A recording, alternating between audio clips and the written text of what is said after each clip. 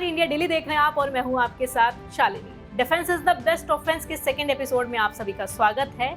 आज हम बात करेंगे इंडिया के पास जो पावरफुल आर्म्ड वेपन्स हैं उनके बारे में। ये बात जानकर शायद हम में से तमाम लोग चौंक जाएंगे कि मिलिट्री हथियार खरीदने के मामले में भारत पूरी दुनिया में टॉप पर है। भारत की अर्थव्यवस्था जितनी तेजी से बढ़ रही है उतनी ही तेजी से भारत रक्षा के क्षेत्र में भी आगे बढ़ रहा है। देश एक से बढ़कर एक हाईटेक हथियार बना रहा है। भारत की पहचान दुनिया के सबसे बड़े हथियार खरीदार देश के तौर पर होती है।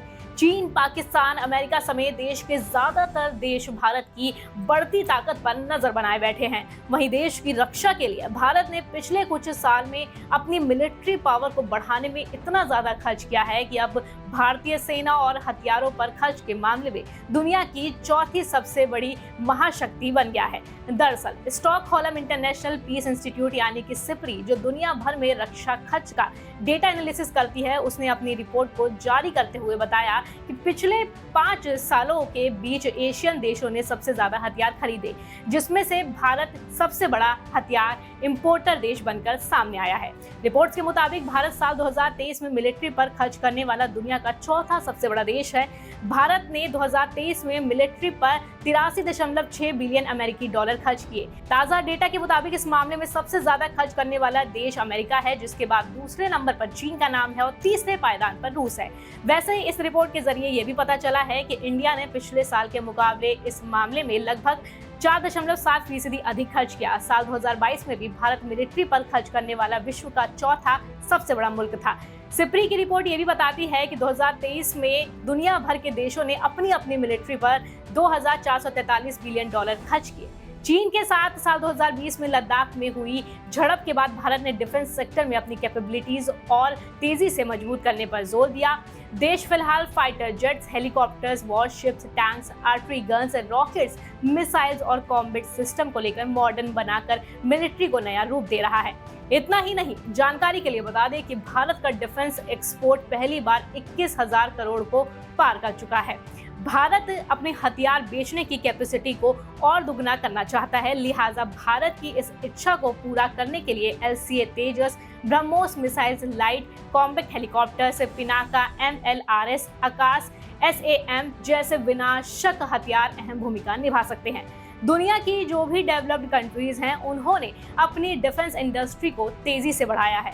अमेरिका, जापान, इजराइल और फ्रांस जैसे देशों ने टॉप 10 डिफेंस एक्सपोर्टर्स में अपनी एक अलग जगह बनाई है। वहीं हथियार एक्सपोर्ट बाजार में भारत की स्थिति को और बढ़ाने के लिए भारत सरकार ने कई पॉलिसी की पहल की है। 2025 तक डिफेंस एक्सपोर्ट में 5 अरब डॉलर का टारगेट सेट करना भारत के डिफेंस एक्सपोर्ट को बढ़ावा देने के लिए सरकार की कमिटमेंट का एक बड़ा प्रूफ है। एट प्रेजेंट भारत 84 देशों को डिफेंस आइटम एक्सपोर्ट कर रहा है। इनमें डिफेंस हार्डवेयर जैसे पेट्रोल शिप्स, लो band radar, anti tanks weapons, armed vehicles, torpedoes, bullet proof jackets, small arms, artery guns, rocket launchers, sensors और नाइट विजन डिवाइसेस शामिल हैं। इंडिया ग्लोबल सप्लाई चेन का अहम हिस्सा रहा है, लेकिन इंडियन डिफेंस एक्सपोर्ट्स मुख्य तौर पर टेक्नोलॉजी से दूर रहा है। लेकिन इसके बाद भी भारत ने कुछ डिस्ट्रक्टिव वेपन्स स्वदेशी तौर पर बनाए हैं, जिन्होंने वैश्विक स्तर पर ध्यान खींचा है। हवाई क्षेत्र में भारत ने एक लाइट कॉम्बैट एयरक्राफ्ट LCA, तेजस एक एडवांस लाइट हेलीकॉप्टर ALH, ध्रुव, प्रचंड और एक light utility helicopter LUH develop किया। वहीं जमीनी हथियार में भारत ने main battle tank MBT, Arjun और सर्वल, हॉविट्जर्स और MLRS डेवलप किए हैं। इसी तरह भारत ने समुद्री क्षेत्र में ऑफेंसिव और डिफेंसिव रोल्स के लिए कई जहाजों और एयरक्राफ्ट कैरियर्स का डिजाइन और निर्माण किया है।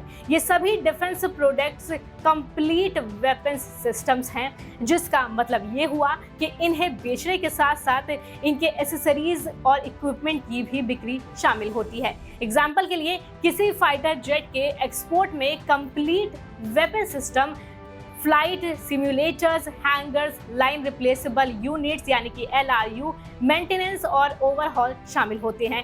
कंप्लीट वेपन सिस्टम के एक्सपोर्ट का सबसे बड़ा फायदा ये है कि उस हथियार की जितनी लाइफलाइन होगी, उतने दिनों तक हथियार खरीदने वाला देश हथियार बेचने वाले देश पर निर्भर होगा।